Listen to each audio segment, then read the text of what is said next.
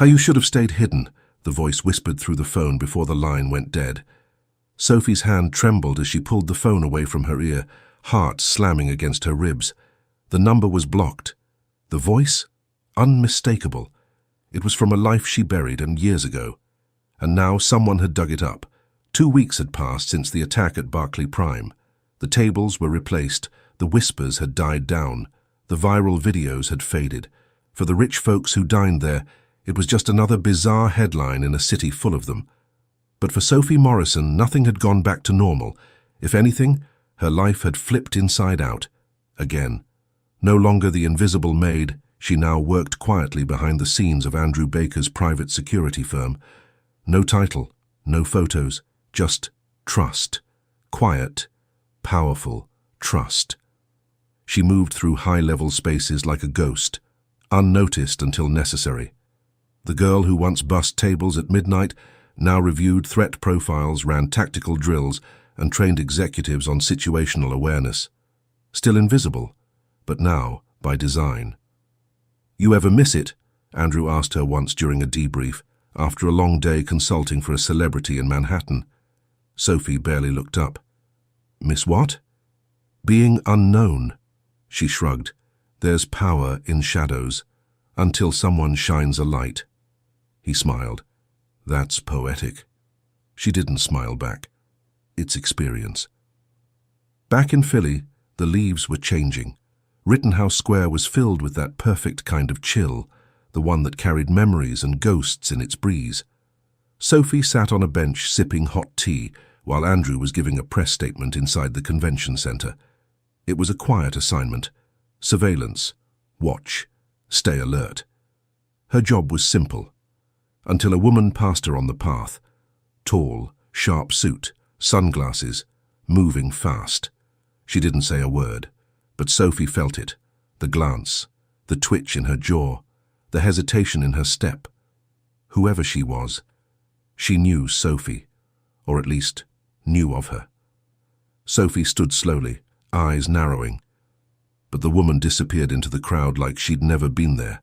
That night Sophie was back at her apartment, the one she still hadn't upgraded. The walls were thin, the floors creaked, and the heater sounded like it had asthma.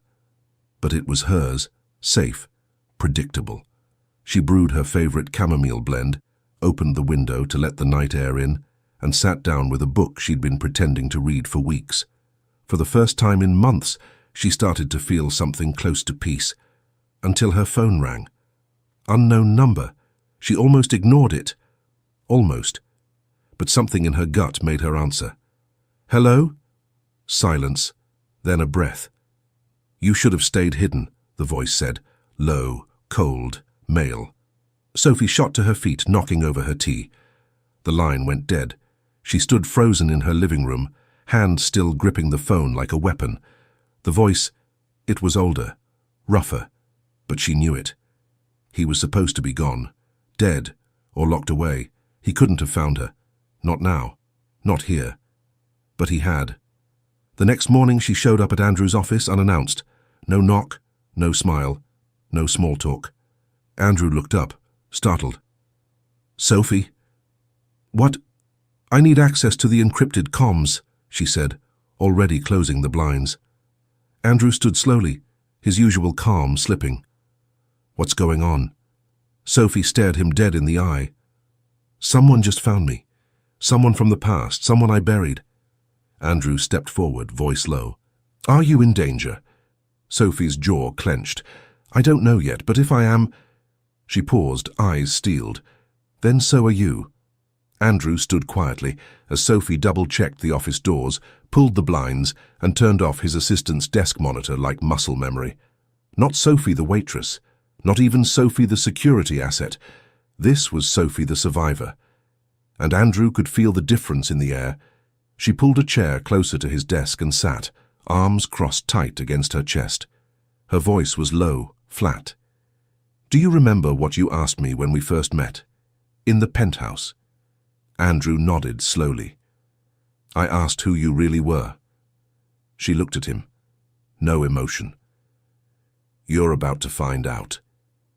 Sophie reached into her jacket and pulled out a small flash drive, black, taped, worn. She placed it on the table between them like it was a loaded weapon. "I recorded it 5 years ago," she said. "Back when I worked for someone I shouldn't have." Andrew didn't touch it. "Go on." "I was part of a private defense training firm in Baltimore, off the record, government adjacent. We weren't official, but we were used. One mission, one screw-up, and the entire unit was burned. We all disappeared. Some didn't survive." Andrew sat forward, eyes locked. "I was the one who leaked the footage. Whistleblowing, they called it. Treason, they treated it like." Andrew's voice was gentle. "You were a whistleblower?" Sophie shook her head. "I was a threat." She stood up, pacing now.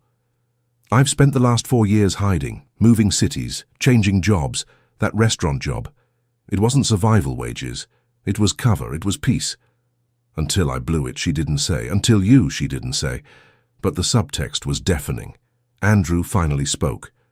"Why didn't you tell me?" "Because the last man who knew—" She trailed off. "You think I'd betray you?" Sophie turned to him, eyes sharp. "No. I think you'd try to protect me. And that's more dangerous." He blinked, caught off guard. "How?" "Because you'd throw money at it. Lawyers, security teams, press statements. And this? This isn't something money fixes." She grabbed the flash drive again and pocketed it. "I'm going dark for a while. Off-grid. I need to know how deep this goes. If they've resurfaced, it's not random." Andrew stood.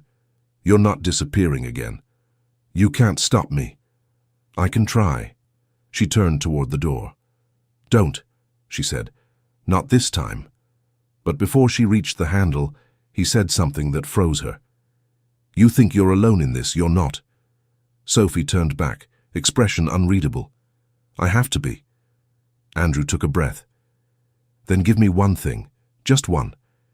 If anything happens to you, who do I call?" Sophie was quiet for a long moment. Then, quietly, she said, "Her name's Jordan, she's my goddaughter. Lives in D.C. She doesn't know anything, but—" She paused. "She's the only thing I've got left." Andrew nodded slowly, memorized it, etched it in his mind. Sophie opened the door, then stopped. "If I don't come back, I'd destroy that drive." And just like that, she vanished. Across the city, a man in a black overcoat sat inside an SUV, binoculars resting on the dash. He watched Sophie exit the building, her hoodie pulled up, face low. He pulled out a phone. She made contact. She's getting nervous. "You want me to move?" A voice answered, distorted and calm. "Not yet. Let her run. The moment she stops, we finish what we started." "You're still watching? Still breathing heavy after that flash drive reveal?" "Thought so. If you haven't subscribed yet, don't be that person who watches Sophie risk everything and just scrolls away. Hit subscribe. Stay in this. Sophie moved like a ghost. She had stashed the flash drive in a safety box under a different name. Paid for it in cash. Switched phones twice before leaving town. Not because she was paranoid, because she knew better. The people from her past didn't show up without a plan, and when they came back, they didn't come to talk. She boarded a Greyhound out of Philadelphia just before sunrise. No goodbyes, no paper trail, just the weight of old choices pressing hard on her chest.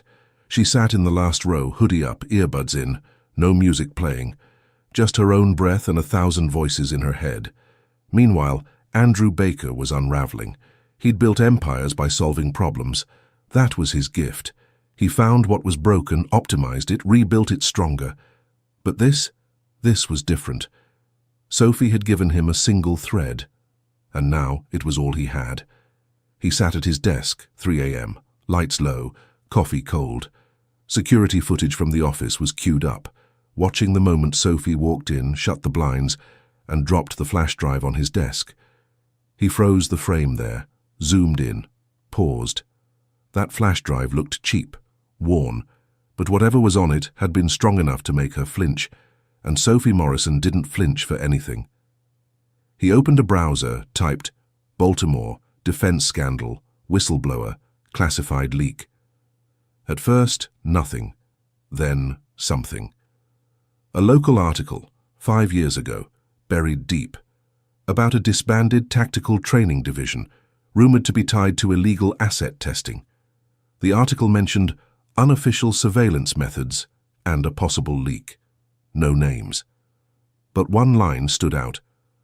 The whistleblower was reportedly a woman with expert-level hand-to-hand combat experience, early 30s, African-American, never publicly identified. Andrew leaned back in his chair. It had to be her. It was her. He picked up his phone, thought about calling. Again. But what would he even say? "Hey, sorry I tried to play protector. Want to come back and hand me your trauma in full detail?" No. This wasn't something he could fix with money or charm. This was about trust. And he'd already broken the edge of it by trying too hard, but he wasn't going to sit still. He opened a secured app connected to his private security network. A few keystrokes later, he triggered a silent trace, not on Sophie directly, but on any flagged surveillance around his company or her known last locations. Not invasive, not aggressive, just protective. He didn't want to find her. He wanted to make sure no one else did first. Sophie, meanwhile, arrived in DC by nightfall. She didn't contact Jordan, not yet. Her goddaughter was in school, with a life Sophie had promised not to disturb. She stayed in a cheap hotel off 14th Street, the kind with stained carpets and vending machines that only took quarters. She stared at the ceiling, half listening to sirens outside. Her phone buzzed once. Blocked number. She powered it off. The next morning she passed by a newsstand and froze. On the front page of a digital tabloid, "Black maid who saved billionaire disappears. Sources say she's off the grid." Her photo. Blurry, but still her. She cursed under her breath and walked faster. Someone had leaked the story, and if she had found it, so had they. The knock came at 3:14 a.m. Andrew hadn't slept. He'd been sitting in a hoodie on his penthouse couch, half watching a muted documentary he wasn't following, phone screen lighting up every few minutes with pings from the passive surveillance net he'd quietly deployed for Sophie's protection. Then the camera in the building lobby triggered a real-time notification. "Unregistered guest, no known ID, female, alone." He bolted upright. 30 seconds later, his door buzzed. He opened it without hesitation. And there she was, Sophie, soaked from the rain, hoodie dripping, lips pressed tight, eyes flickering like she hadn't decided whether to run or punch something. "I didn't know where else to go," she said. Andrew stepped back silently and let her in. She walked past him, slow and stiff, her hands shoved into the front pocket of her hoodie like they were hiding something. He offered her a towel. She didn't take it. "Someone followed me," she said flatly. "Not close, but close enough. DC was a mistake." Andrew sat down across from her. "You sure it wasn't a random?" "I know the difference between coincidence and recon." "Did they make contact?" "No, but they will." Silence settled between them like fog. Sophie finally peeled off the hoodie and tossed it onto the floor, revealing a thin grey shirt underneath, and a fresh bruise blooming across her shoulder. Andrew's eyes narrowed. "You're hurt." "Not badly." He stood and crossed to the cabinet, pulling out a first aid kit, tossed it onto the table. "Let me help." She hesitated. "I'm fine." "I didn't ask if you're fine," he said. "I asked if you'd let me help." The softness in his voice cracked something. She sat. As he cleaned the bruise gently, she winced, more from the intimacy than the pain. "You didn't have to answer the door," she said quietly. "I would have waited all night," he replied. She looked at him, really looked. "You don't give up easily." "No," he said. "Not on people who matter." Her guard flickered, just for a second. Afterward, they sat in silence, both staring at the steam rising from mugs of reheated coffee. Sophie finally spoke. "I hate this." "I know. I hate that I have to look over my shoulder every time I breathe." "I know. I hate that the second I let my guard down, someone comes to remind me I was never meant to be free." Andrew didn't respond right away. Then, "You're not alone anymore." She shook her head. "That's dangerous for both of us." "Then let it be." She blinked. "You're okay with being a target." "I'm already a billionaire," he said. "I've had a target on my back since my net worth hit 7 figures. She huffed, something between a scoff and a reluctant laugh. "You're insane." "And you're exhausted," he replied. "Get some sleep." Sophie paused. "Where?" "My room." She shot him a look. "I'll take the couch," he added, holding up his hands. "Just rest. You're safe here." She stared at him again, waiting for the catch, waiting for the shift, but it didn't come. Just silence. Warmth. And for the first time in years, peace. Sophie stood in the hallway just outside his room, unsure. Then she turned back. "Andrew?" He looked up. "Thank you." He didn't say anything. He didn't need to. The door closed softly behind her, and in that moment, despite the shadows crawling closer, she knew she wasn't running alone anymore. The next morning, sunlight slid across the hardwood floors of Andrew's penthouse like a spotlight. Sophie stood barefoot in his kitchen, clutching a mug of black coffee she didn't drink. She hadn't slept much.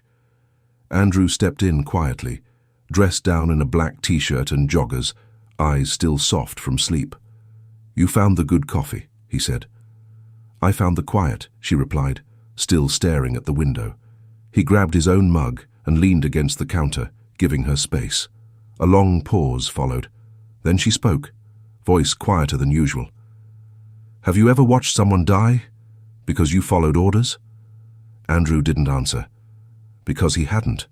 She turned to face him. "I have." Flashback. 5 years ago. The air was thick with smoke and sweat. Baltimore, 2 a.m. Abandoned warehouse on the docks. Training exercise turned real. Sophie was embedded with a small unit of elite operatives, private contractors, not official soldiers. Their task? Run security drills with high-value individuals under covert extraction conditions. Only this time, they were told it wasn't a drill, but the targets were real, 3 civilian activists being held and interrogated in secret. The order came down from their team lead. Neutralize, no witnesses, burn the files. Sophie hesitated. She heard her father's voice in her head. "Don't just follow orders, ask who's giving them." She froze. Someone else didn't. Gunfire. Blood. She ran in too late. 2 were dead. 1 was a teenage girl, barely 16. The third, barely alive, whispered one thing as Sophie tried to stop the bleeding. "Why didn't you stop them?" Back in the present, Sophie set the mug down hard. "I was the one who leaked the footage. I uploaded it to a dark drop server and ran." Andrew stood completely still. "They never proved it was me," she said. "But they didn't have to. That team was connected to people bigger than you can imagine. Corporate, military, political. I had one choice: disappear or die." Andrew took a long breath. "You've been carrying that this whole time? Every day? And no one helped you?" She gave him a look. "Help doesn't come easy when you're a black woman who just exposed a black ops team with billionaire clients." His jaw clenched. She nodded slowly. "Now you know who I really am." Andrew stepped forward. "You did the right thing." "I did the right thing, and 2 people still died," she snapped. "And now, someone's trying to make sure I'm next." He didn't flinch. "I won't let that happen." Sophie stared at him. "You're already in it, just by knowing this." "Then I'm staying in it." "Why?" His voice didn't shake. "Because good people who do the right thing, even when it destroys their life, those are the people worth protecting." Sophie sat down slowly, the weight of her truth finally spoken. "You don't owe me anything." "Maybe not," Andrew said. "But I choose you. I choose to stand with you. That's different." Her voice cracked. "That girl. I still see her. Every night." Andrew nodded. "Then let's make sure this time no one dies. If you're still here, if you just sat through Sophie's story with your heart in your throat, don't walk away like nothing happened. Subscribe. These stories matter, and you just proved you're the kind of person who cares." Later that evening, The penthouse lights were dimmed, casting soft golden hues across the open-plan living space. Outside, the city of Philadelphia blinked like it had secrets too. Sophie sat cross-legged on the couch, finally out of combat mode. She wore one of Andrew's old hoodies. Oversized, worn, comfortable in a way she hadn't felt in years. Andrew came out of the kitchen with 2 bowls of something that vaguely resembled dinner. She raised an eyebrow. "What is that?" "Emergency stir-fry," he said, meaning, "I burned the rice and added soy sauce to cover the shame." She chuckled. Not forced. Real. Soft. Surprising. "Is this your idea of feeding a fugitive?" "It's either this or we order something fancy and risk paparazzi figuring out you're still alive." Sophie took the bowl. "You're lucky I'm starving." They ate on the couch, silence stretching between them, not awkward, just easy. Then Andrew asked, "What did you want to be, before all of this?" Sophie looked at him over the rim of her bowl. "You mean before I became an invisible ghost with trust issues and a kill switch?" He smiled. "Yeah, that." She took a long breath. "I wanted to teach." "Like school?" "No. Martial arts. Community centers. Self-defense for girls who grew up like me, where walking home from school wasn't guaranteed safe." Andrew blinked. "That's kind of perfect, actually." She shrugged. "My dad ran a program like that before he got sick. I just wanted to carry it forward." "Why didn't you?" She paused. "Because life doesn't wait for your dreams to finish forming. It just happens." Andrew leaned back. "I wanted to be a musician," he admitted. Sophie raised an eyebrow. "You, Mr. Baker the billionaire, wanted to play jazz?" "Guitar," he said. "Used to sit on my stoop as a kid and just play till my fingers hurt." "What happened?" He looked out the window. "I got good at making money." Sophie watched him. There was something in that answer that hurt more than he let on. He turned to her. "You ever think, maybe we're all just what's left after the damage settles?" She thought about that for a second, then shook her head. "No, I think we're the people who survived long enough to become something else." He smiled, not the businessman smile, the real one. And she didn't look away.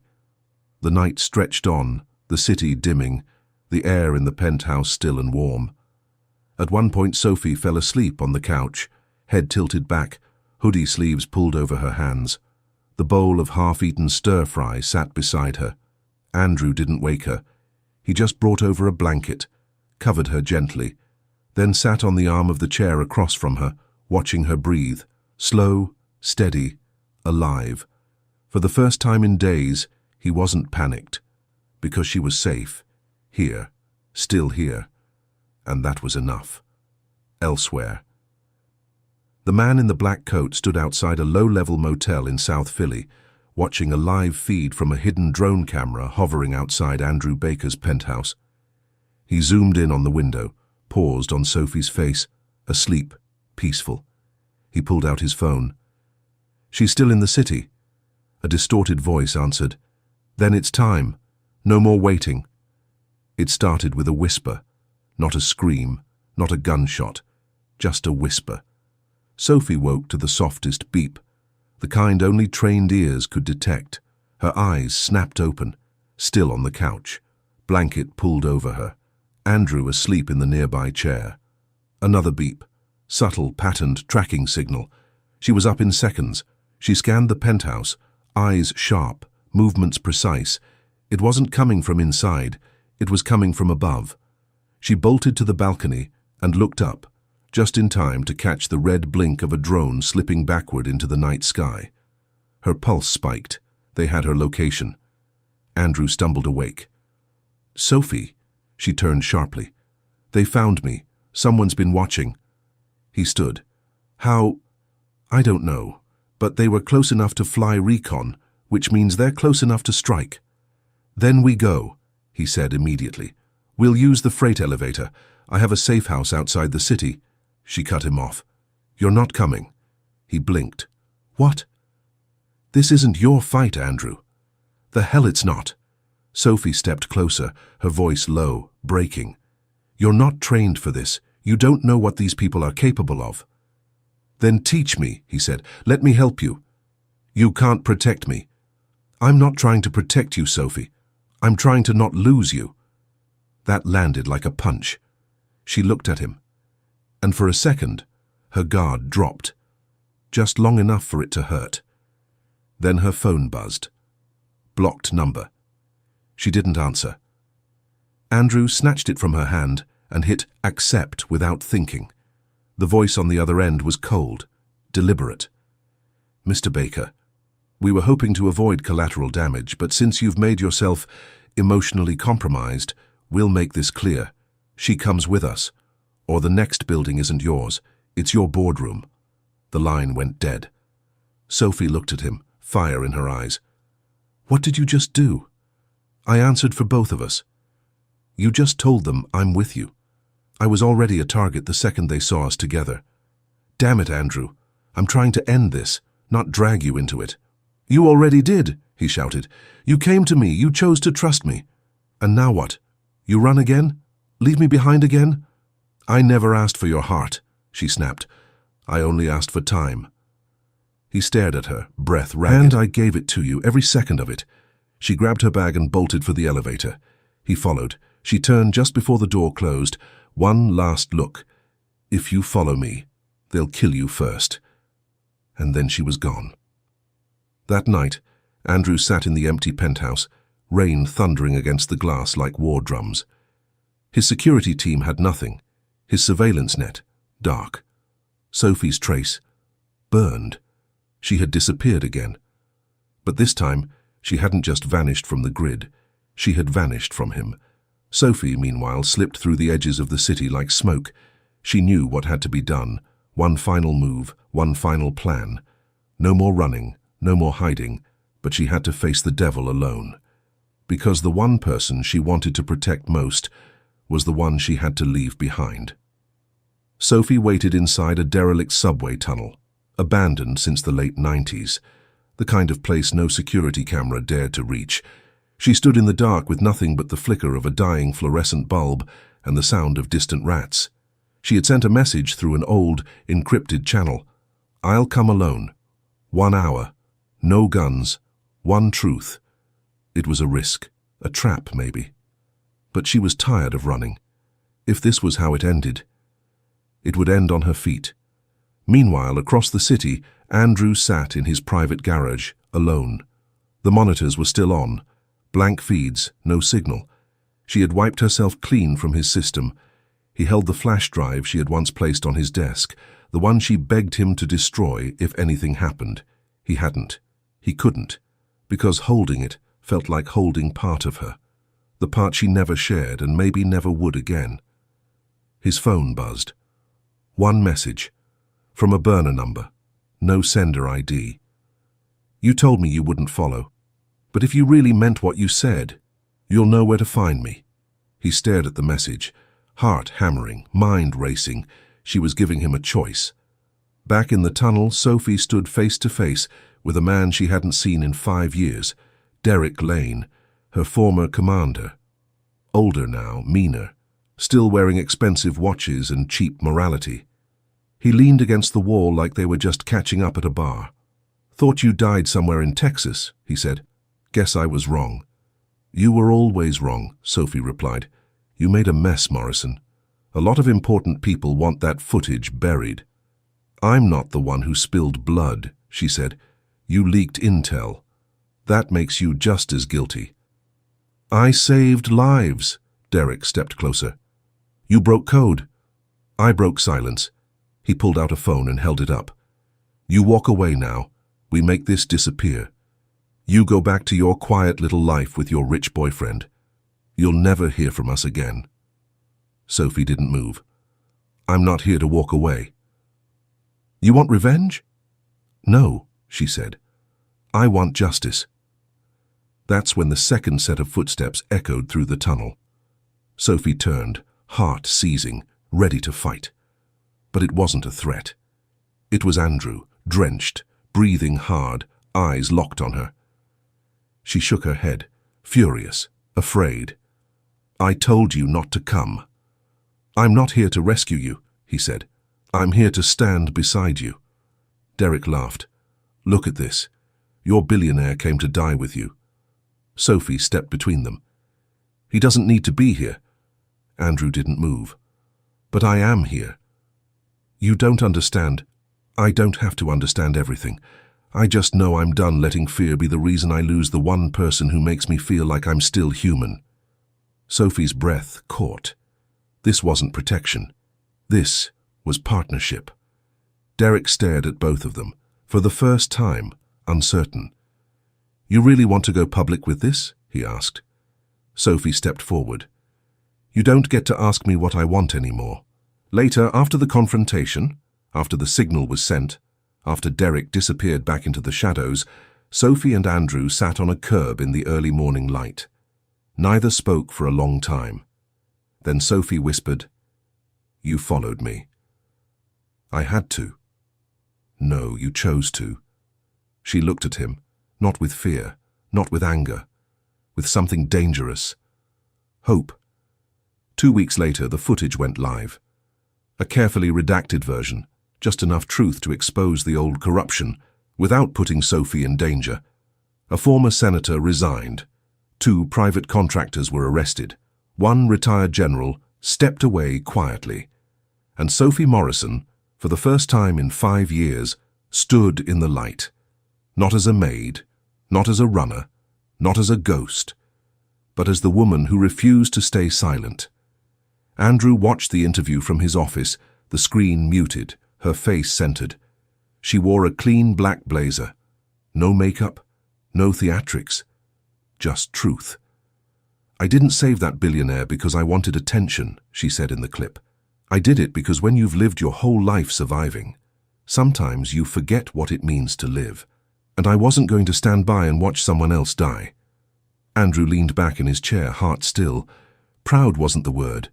It was something deeper, grateful, that she trusted him, that she let him stay. Outside the Barclay Prime restaurant, reporters gathered. They weren't chasing her this time, they were celebrating her. But Sophie didn't go through the front entrance. She walked in through the back, same as she used to. The kitchen staff froze when they saw her. No apron, no tray, just her. "Hey, Mikey," she said to the dishwasher, "still overloading the soap?" He grinned. "You came back." She looked around. "I had to say goodbye." She found Andrew at the booth, the same one she saved him in, where everything changed. He stood when she approached. "No security team this time?" she asked. "They're outside." "Keeping me safe?" she teased. "Probably trying to figure out how to impress you." She smiled, then handed him a folded piece of paper. "What's this?" "A proposal." He raised an eyebrow. "Not that kind," she said, laughing softly. "It's a business plan. I'm opening a self-defense studio, downtown, for girls like I used to be. I've got a building, investors, even a lawyer." He opened the paper and read it. When he looked back up, his eyes were glassy. "You did it." "We did it," she corrected. "You gave me space. That was all I needed." He reached across the table, took her hand, gently this time. No urgency, no desperation, just presence. "Whatever you need, I'm with you. All in." She squeezed his fingers. "That's the only offer I'll ever take." Outside, the cameras waited, but neither of them noticed. They weren't hiding anymore. They had become something stronger than survival. They had become free. Together. You've come this far. You saw her run. You saw her fight. You saw her stand. If you're still watching and you haven't hit subscribe, come on. That means this story meant something to you. Subscribe now, because stories like Sophie's don't just entertain, they remind us we're still human. Do you believe people like Sophie deserve second chances, or do they earn them? Tell us in the comments.